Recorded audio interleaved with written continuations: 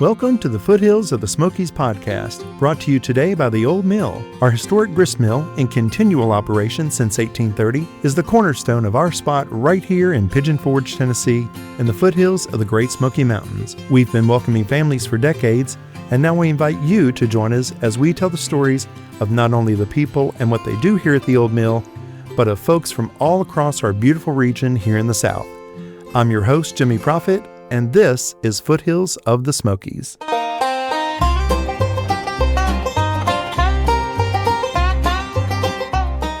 Well, our guest today is Jacqueline Harp from SmokiesLife.org. Welcome to the podcast. Welcome Thank you. To Foothills of the Smokies. Gosh, thanks for having me. I'm thrilled to be here. Well, we are so excited to have you. Tell us a little bit about your role with Smokies Life and what you're doing today with us. Okay, sounds great. So I'm the still fairly new Chief Executive Officer with Smokies Life. I started with this organization in September of last year, so coming up on a year, which is honestly wild. It's been such a busy year and summer and learning about the relationship between Smokies Life and the National Park Service. And so I lead the organization's strategy, supervise our leadership team, partner with our board, and ultimately do what they tell me to do, right? And so certainly learning a lot and having a great time in the process. Awesome. So what brought you to this area? Why Smokies? Yeah. So I grew up in East Tennessee, grew up in Chattanooga, and have moved around a bit. And have called lots of parts of the country home, but East Tennessee is the original home. And so I spent a lot of time in the Smokies growing up. And then after I graduated from college and made my career choice, I spent most of my career working in for-profit retail in the outdoor sector. I spent almost 19 years with REI before coming over to Smokies Life, and the Pigeon Forge store was one of the stores in my territory. And so the relationship with the outdoors and the importance of vibrant, healthy national parks and the national park system, and not just national parks, but public lands overall, has really been a very common thread through my entire career. Even though I've been in the for-profit sector, healthy outdoor retail doesn't exist without healthy places for people to recreate. Right. So the Smokies has always been very close to my heart, both growing up here and as part of my career. And so when I had this opportunity to make a shift and support this park in a different way, it was such an exciting opportunity, and I knew I had to pursue it. And so it's been amazing to be here and to, be in the park every day and know that our work is directly serving the perpetual preservation of Great Smoky Mountains National Park and the national park system, which is a core part of our mission. And expanded on that mission, what is some of the work that you all do? Yeah, so our mission is sort of two-part. One is to support the perpetual preservation of the Great Smoky Mountains National Park, and we do that in a really specific way. So our work is centered around educational products and services to support greater public understanding of the importance of this national park, the Smokies, and the national park system as a whole. So we do that in a few key ways. One, the main way that we do that, and the main way that we generate the dollars that we use to operate our organization, is through operating educational gift shops in and around the national park. So right now we're operating 10 retail storefronts. Oh, wow. Some of those are seasonal, so they're not all open year-round, but many of them are, because the Smokies is visited year-round. It's busy year-round. Right. And so a lot of that, a lot of our work is centered around these educational bookstores. And so all of the product that is sold in those stores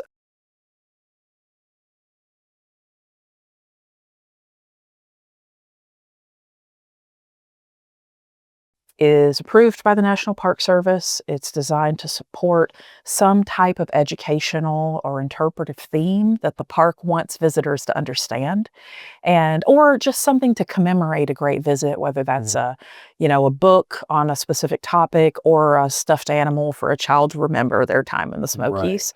And so we operate these gift shops in and around the park.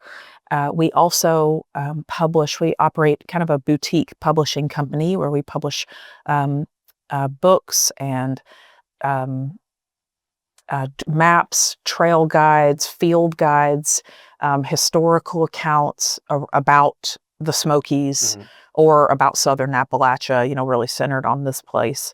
And then, of course, we sell many books that we don't publish. Right. So those are kind of the core ways that we accomplish our mission. We also partner with lots of for-profit and nonprofit organizations to help with public education in the area around topics like how to safely observe bears, not interact with them, but knowing so many people want to come to the park to see bears, how do you do that in a way that's responsible?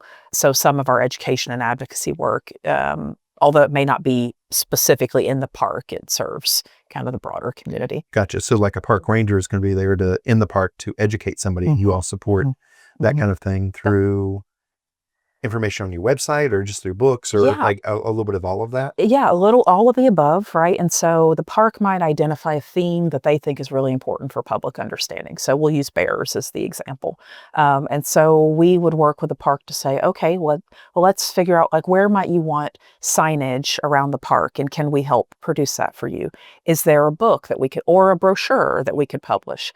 We have a project called Bear Wise that Smokies Life does alongside many other organizations in the park in the Gatlinburg area, because unfortunately, in Sevier County, there are more black bears euthanized here than any other part of the country because there is so much bear-human interaction. So we want to help the public understand, even outside the park, the broader Gatlinburg area, which is like right up against the park, right? Right. How do you have those safe interactions? What do you do with your trash? What do you do if you encounter a bear? And so some of those educational resources directly serve the park, or they might be on topics that even go a little further outside. Well, I know there's a program with the National Park where they actually track bear activity. So they will tag bears and then they can monitor where they're going. That's right. And that's is that something you all help with? Is that anything that you all been involved with? We are excited by it. Like we support the research, but we're not directly involved. Okay. Yeah. I didn't know if any of the information you put out is based off of some of the information they gather, but I know that's pretty neat that they that they do that and they can follow the life cycle of some of these bears and what they're doing and where they're going. Yeah. They're amazing creatures. And we're in their territory. Yeah. Well, that's really neat. I know part of you said the publishing side, you all do a Smokies Life magazine. That's right. Yep. And how often does that come out? So it's published twice a year. It's called the Smokies Life Journal.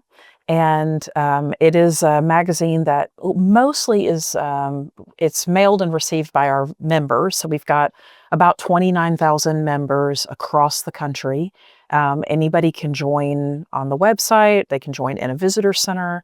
And there are some different tiers of membership and benefits that you receive with that. But one of the main benefits is that you receive the journal twice a year.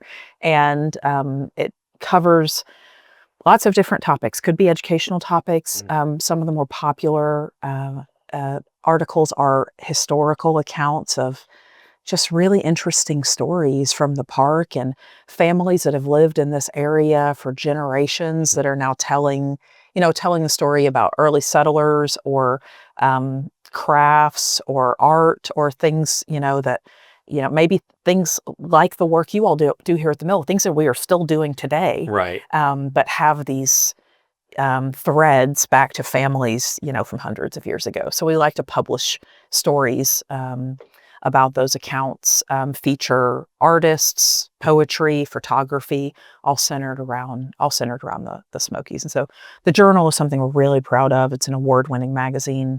And the next issue will be out in September. We're really excited about it. And I'll get in trouble if I give any spoilers, but it's going to be a beautiful issue. Awesome. One of my favorite covers, I think, that I've seen, and we've been getting them for years as one of the businesses that support what you all do.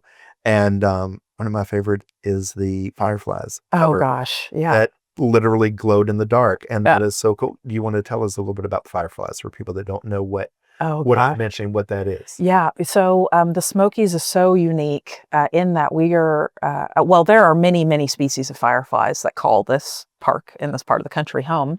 And I think it's such a iconic sort of part of growing up in the Southeast, right? As you think about lightning bugs and catching them in a jar as a child, and my kids have that experience. Yeah, fireflies and lightning bugs, same thing. Right. What did you call them? I called them lightning bugs. Yeah. But yes, you're right. They're the same thing. And so it's such a special thing that people think about when they think of this place. And so we're lucky to have more than 20 species of fireflies that live in the park. But something that is very unique about this place, and so why it was so cool to feature it in the journal, is that there is a species of fireflies, a synchronous firefly, that calls the park home, and that exists in a couple of different parts of the park. The Elkmont area is sort of known for being home to a large population of synchronous fireflies. As part of their mating activity, they flash all at the same time. They have this really interesting way of communicating with each other, flashing at the same time. And it is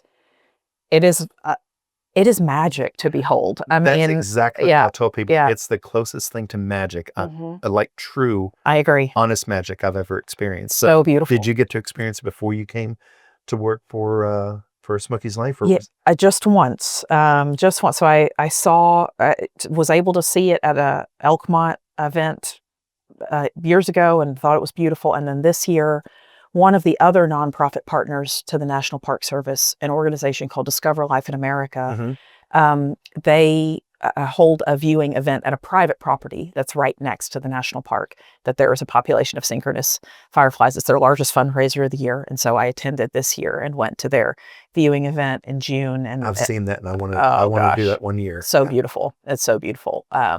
So it's a really special experience. And I agree. It's about the closest thing to magic that you're going to see. Yeah. And getting tickets to that is through the national park, not through you all, correct? Well, so getting tickets to the Elkmont event is through, that's through the National Park Service. We share and promote it when it's done by lottery. And so it is, I believe it's a $30 ticket, but it's a lottery because they can't accommodate everybody. There are several nights of viewing. And that's done by the National Park Service. They will usually announce in late spring. Yeah, and typically it's around the first 2 weeks of June that this occurs. It's something that just naturally happens. We're not bringing the fireflies in. That's right. Yeah. Although people do ask. People ask, I'm sure. Are we busting them in every year this time? Yeah. For the event. But, gosh. There's no light switch. When do they release the bears every morning? So exactly. Yep. That's another question. But so years ago I got to go do that, and I think it was the last year or one of the last years before the lottery began. Okay. And we pulled into the park, to the parking lot for Elkmont, and they stopped the car behind us. Like we were the last car in the parking lot. It was full. And then we got on the trolley and we were, you're packed in there tighter than fireflies in a mason jar. Yep.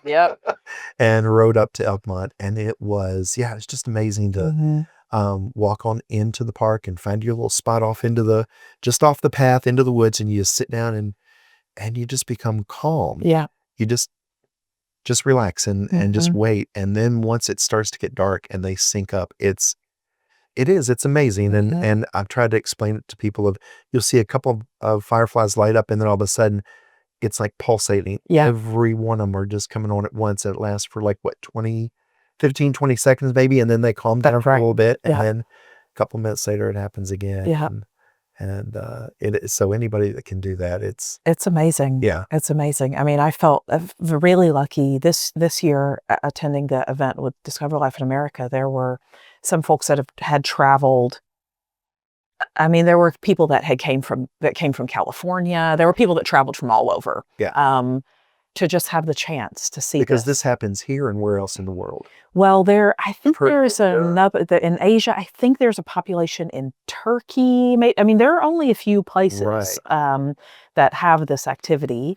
So we're not the only place, but it's a very small number of places, you know. And we're lucky here in East Tennessee. And I hear people say all the time, "Oh yeah, that happens at my house," and I watch them, and at Right. night I'll see them, and yeah, it looks like some are syncing up, but unless you've seen that, it's still not to that degree that you see that. But yeah, it's kind of funny. It's a mating ritual for them. So Yeah. we're kind of No, it is amazing, and we have a children's book that we published about fireflies to just begin to get kids interested in this activity. But it's impossible to describe. It's so beautiful. yeah. Are there any other events throughout the year that you all support, that you write about and talk about within the national park? Yeah, I mean, Or any that you all put on? Is there anything that you all do specifically? there are events that we host throughout the year, but we try to do sort of a broad range of topics in support of the park. And so we have events called branch out events that start in early March. They run until about November.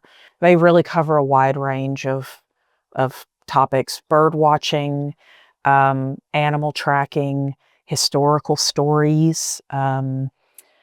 It just sort of depends on what somebody might be interested in. Salamanders are another big one here in the park. So we have salamander educational events as part of the branch out slate. It is a really diverse slate of events. And so depending on what a person is interested in, whether that's wildflowers, trees, bears, there's a lot to cover. Because how large is the national park, the Great Smoky Mountains National Park? Great Smoky Mountains National Park is almost 500,000 acres and 900 miles of trail. So and this is one of the most biodiverse places on the planet. It's part of over two states, right? So you've got mountains, you've got valleys, you've got coves, you have so many different habitats. And so we really can cover a lot of topics depending on what somebody is interested in. There's probably an educational program. And you all are supporting all of this on both sides. That's right. So both sides of the Smokies, as we kind of call it. So and they are very different here in Tennessee and into North Carolina. Absolutely. Definitely very different. Yeah. But the same all at the same time. I mean, they're the same in that, there's forest and mountains and creeks, and the historical stories are really different. The animals, flora and fauna that call the different parts of the park home are a little different. So what's your favorite historical story? I love the Walker sisters. Yes. I feel like, that's such a popular one, but that's such a fascinating group of women to me.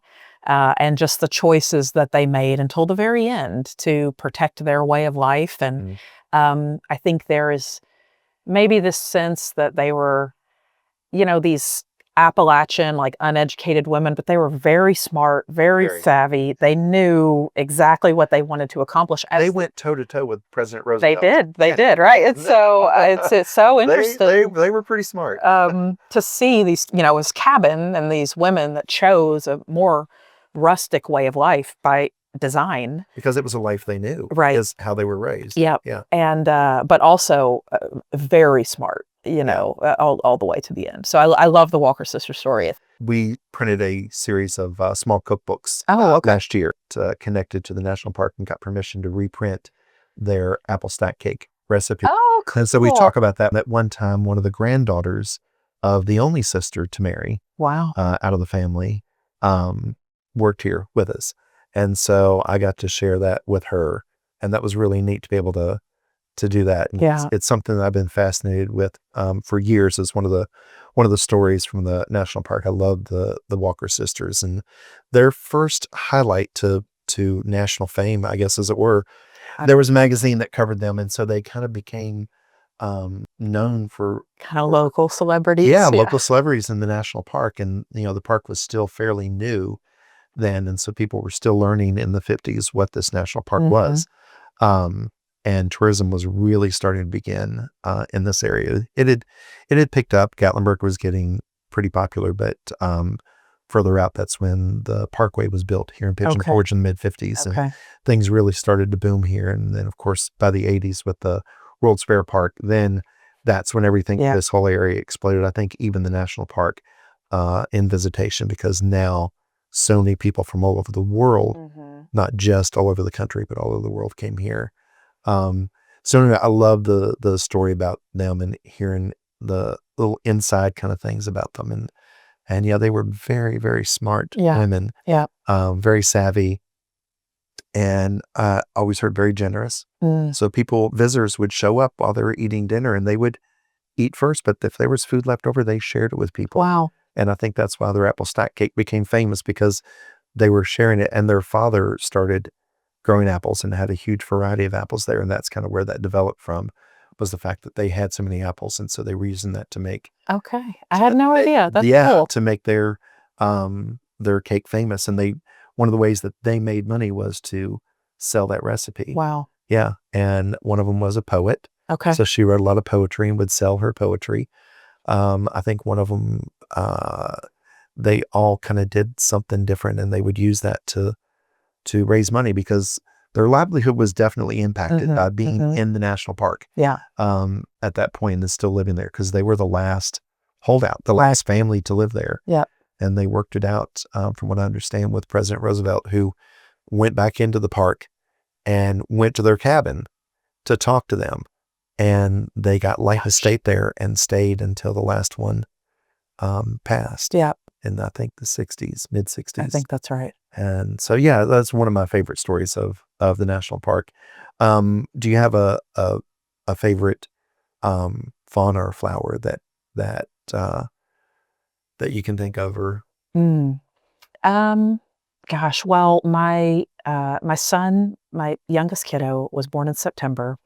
And so my daughter was born in January, but my son was born in September. So I have a lot of positive associations around late summer blooming around September, because I think of these flowers, asters and ironweed and goldenrod and Joe Pye weed that blooms.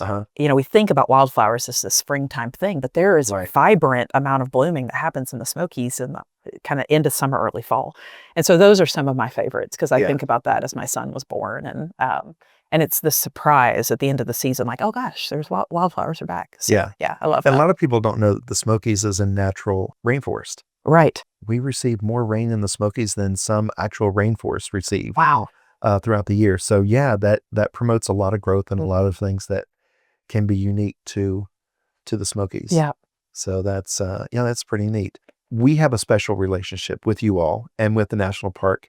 Right. You want to talk a little bit about that and what we here at the Old Mill get to do to help you all support the work that you all do? Absolutely. I mean, we're so grateful for this partnership. So one of the ways that we support the national park, in addition to running these educational gift shops and information desks in the visitor centers, is we also have millers that operate the historic mills inside the park. And what are those mills inside the park? So we have two that only one of them is operating right now. So Cable Mill in the Cades Cove area. And then there is also another historic mill on the North Carolina side called Mingus Mill. That one is undergoing a review process for historic restoration. So it's not operating right now, but that's a really fascinating. That's its own interesting historical story. I'm sure. Yeah, but I'd love to get over and see that a little bit. That would be really neat. It's a very cool. It's a very interesting story and a really amazing mill. But that one, it needs a little TLC. So that one's not operating right now. But Cable Mill is operating, and so any visitors to the Cades Cove area or the anybody that stops in that gift shop or uses the restroom there, they'll see it. And so our millers operate that mill and run educational programs around how the mill operates, why it was historically significant, why it helped, the way of life for early settlers in the Cove. But everything that we grind there is not suitable for public consumption. Right. But so many visitors, and I understand why, so many visitors want to take a part of that history home with them. And so we're so glad to have this partnership with you all, where people can purchase locally made, locally ground cornmeal and grits. They can buy it at the visitor center. We don't want them to buy and consume the things that we grind at the mill. I mean, it is a very old building. I've been through. And we don't, we don't have a way to like seal it up or lock it up or sanitize it. Right. There are animals that come through. And so we don't want people to consume that, but we do want them to have a way to to experience that. And that's where we've got this great partnership with you all. Because I know historically ours operate very similar, and ours was built in 1830 and it operates pretty much the same way that it did in 1830. We're still using the power of Little Pigeon River to turn our stones. All of our corn is grown in Tennessee, and it's all non-GMO. So we're keeping it as local and regional as possible, and still using that old process. We have some things that were grandfathered in, that we're able to operate still, but we are inspected regularly, very regularly. We are able to still use the millers not to tie the bags shut as they would have done even at Cable Mill. And we're grinding up to 400,000 pounds a year. Wow. And that's enough to supply what we need because we use it in both of our restaurants. That's enough to supply what you all need. And then we sell it in our stores, of course, as well, and online. That's a relationship that we love having with you all, to be able to further tell that story. Yeah. And it's, it's one thing to tell it here, and people don't always get that connection that we're still operating the way that we did. And so we do tours as well in the afternoon. But of course, things are a little more modern, a little more updated. So it's for me to see Cable Mills and how those mills would have been. And were they concerned about how their food was processed? Probably, yes. But still, it was pretty raw. Yeah. I mean, they were bringing their corn in to be ground, and then the miller got his cut.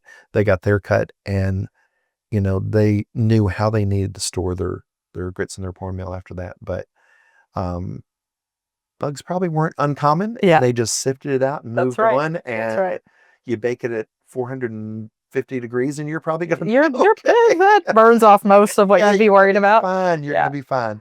But yeah, so that's one relationship we do love to have with you all, and support what you all do and support the national park that way. Well, thank you for that.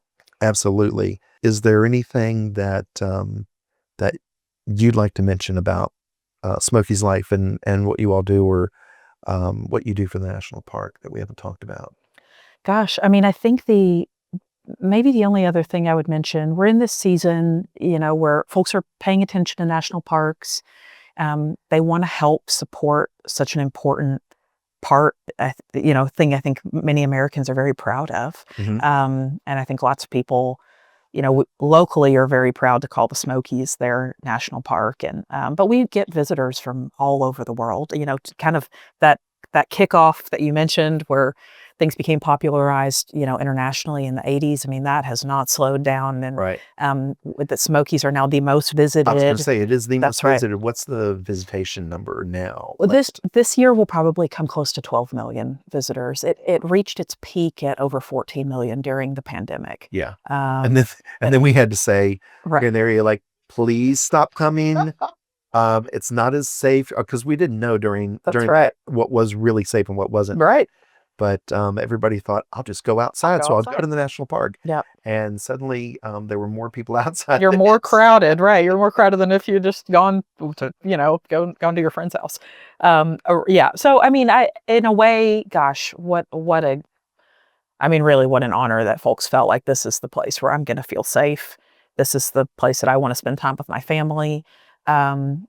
And so visitation has come down a bit since that, which is probably a good thing for the park, but still. Yeah, because they've got to be able to maintain it. That's right. Yeah, that's right.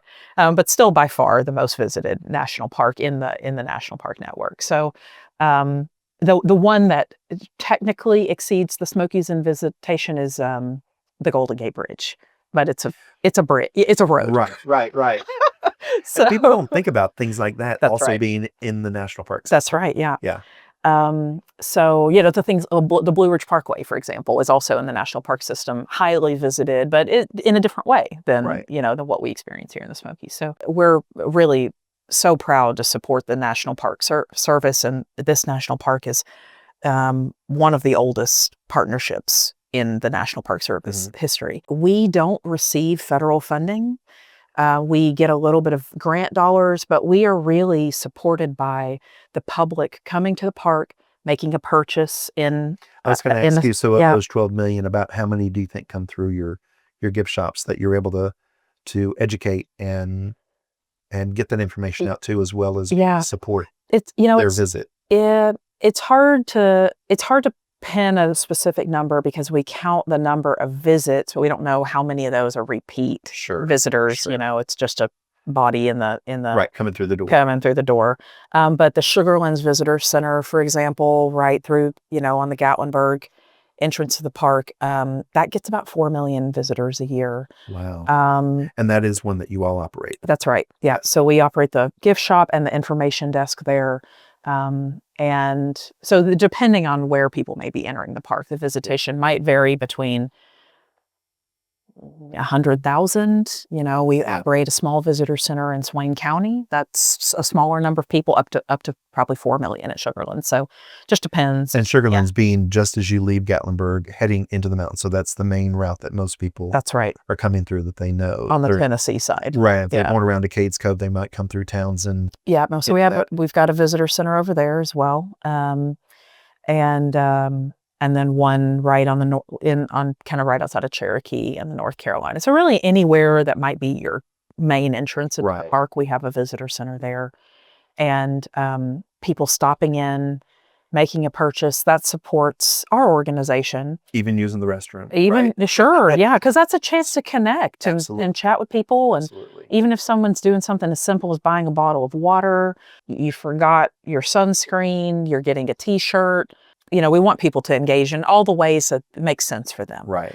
And so that does support our operation. And so I would never encourage people to not buy somewhere else, right? I mean, you're going to feel moved to spend your dollars wherever. The gift shops that we operate in and around the park, of course, support us as a nonprofit that doesn't receive support really in any other way. Mm-hmm. And then all of the profit that we generate out of those stores, that all goes back to the Great Smoky Mountains National Park as cash aid.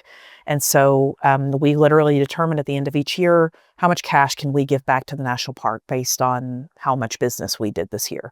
And so our model is really unique in that way, in that any profit, does get reinvested back so we can make sure we're operating great visitor centers. We've got good facilities. We've got enough staff, but anything extra all goes back to the national park. Right.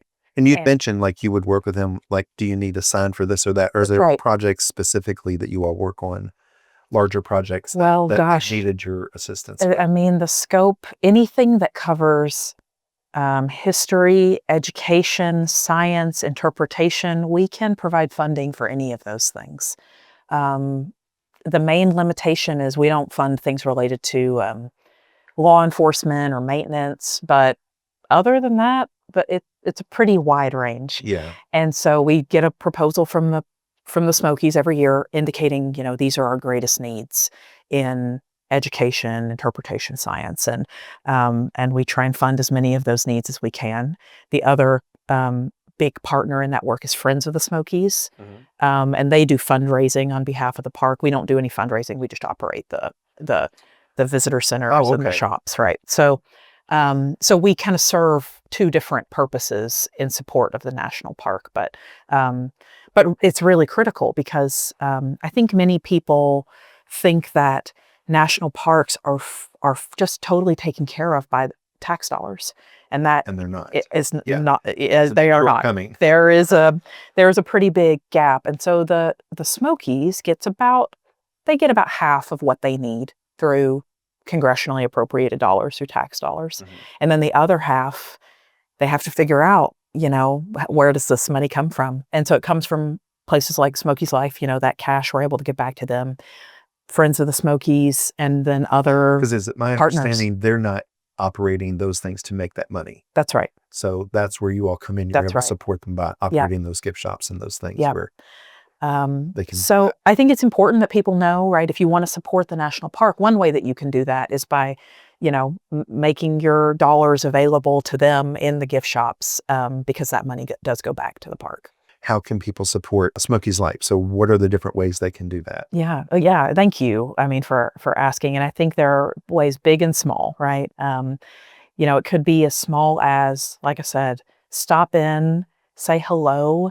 Our goal is not to make money. As I mentioned, all the money we make, we get back to the national park. Right. And so our mission is really to engage people in the science and the education, in these historical stories, so the public comes back feeling like they really know why this national park is important to protect, and why it's such a key piece of the history of this region. So even stopping in and chatting for 5 minutes is a great way to support Smokies Life. Becoming a member, as I mentioned earlier, there are different levels of membership. Some of them, at as low as $25, you can become a member. You get a discount in all of the gift shops. You get the Smokies Life journal, or up to $100. Also includes the annual parking tag that you would need to park anywhere inside the national park for more than 15 minutes. So, people can support at many different levels as a member. Right. Coming in, making a purchase, whether that's, buying something at the mill that supports, a great partnership in the region, purchase a book, all of that, as I mentioned, all of that goes back certainly to support us and our mission to, continue to support better public understanding of the preservation of the park and these great educational materials, and then the additional aid goes back to support the long-term operation of the park. Are there levels above that of sponsorship, like how we're involved and Oh yeah. So we do have a corporate level? That's right. Yeah, thank you for asking that. So individuals can become members, and we welcome that. Or as a business, you can become a member, and that is called the Lookout League membership. And so there are a suite of benefits that business members can receive as well. And we try to make sure that's collaborative. So we're promoting the work that local businesses are doing, and that they know, how can we get people more engaged with Smokies Life and the national park as well. So there are different levels of Lookout League membership too. Okay. Yeah. Awesome. And how can people contact you all? So you've got a website? We've got a website. It's smokieslife.org. We have an office inside the national park. So old fashioned, call us up, right? Sure. And reach me or any other, member in our organization. There's a form on our website if people want to email us directly. We've got a mailbox, and we get communication in all of those ways. I just got a handwritten note from someone that read a story about Greenbrier in the journal and wanted to share, that their family traces their settlement roots back to the Greenbrier area, and that was so special to them. And so I have that note at my desk, and also lots of emails and phone calls, and so any digital or physical way. Can they follow you on social, Instagram, social Facebook? media? Yeah, we're on Twitter, LinkedIn, Facebook, Instagram. We are not on TikTok. YouTube, we produce some really beautiful videos as well. So one piece of feedback we heard during the pandemic is that a lot of folks, didn't quite feel ready to leave their home, but they missed the park. They missed seeing the park. And so we've got some videos people can go, they can sort of go on a hike with us. They can go on a wildflower walk with us. That's really neat. I didn't realize that. And so there's some great video content there as well. And a great way to kind of experience it if you want to know, is this someplace I want to take my family? Absolutely. And you can kind of see some of that and know at what level am I able to do these things. Yep, exactly. Yeah. Oh, that's awesome. What's the handle on social? Do you know that? It's Smokies Life. Okay. Yeah. Awesome. So depending on the platform, there might be a dot between Smokies and Life, but it's all Smokies Life. So it's been great to talk to you. Yeah, Thank you. Wonderful to meet you. Like I said, we love supporting what you all do, and continue to support you all and the Smokies, because that has also been our lifeline. Yeah. With the old mill being there, like the cable mill, to support the community. Yeah. We don't grind for farmers anymore. We're not able to do that at this point. Other than the farmers that grow for us, that we're buying their corn. So, tourism is a big part of absolutely our livelihood. Yeah. That's a lot of what we do. And so we have retail and we have restaurants, but we also have that, historical and educational aspect that's really important to us, and being able to preserve that and helping you all preserve as well is really important to us. So thank you so much, Jacqueline, for being here. Gosh, Jimmy, thanks for your time. Yeah. Thanks for having me, and thanks for the partnership. And we'll have you back. Absolutely. Sounds good. All right. Thank you. You've been listening to Foothills of the Smokies, a podcast that celebrates life, heritage, and stories from in and around the Smoky Mountains. Foothills of the Smokies is proudly sponsored by the Old Mill in Pigeon Forge, Tennessee, where tradition and taste come together. Our executive producer is Laurie Faulkner, sound engineering by John Stewart, and I'm your host, Jimmy Profit. If you've enjoyed today's episode, be sure to follow or subscribe wherever you listen to podcasts. We'd love for you to leave us a rating, share your thoughts, and let us know what you'd like to hear next. Thank you for joining us here in the Foothills. Until next time, take care, and we'll see you soon.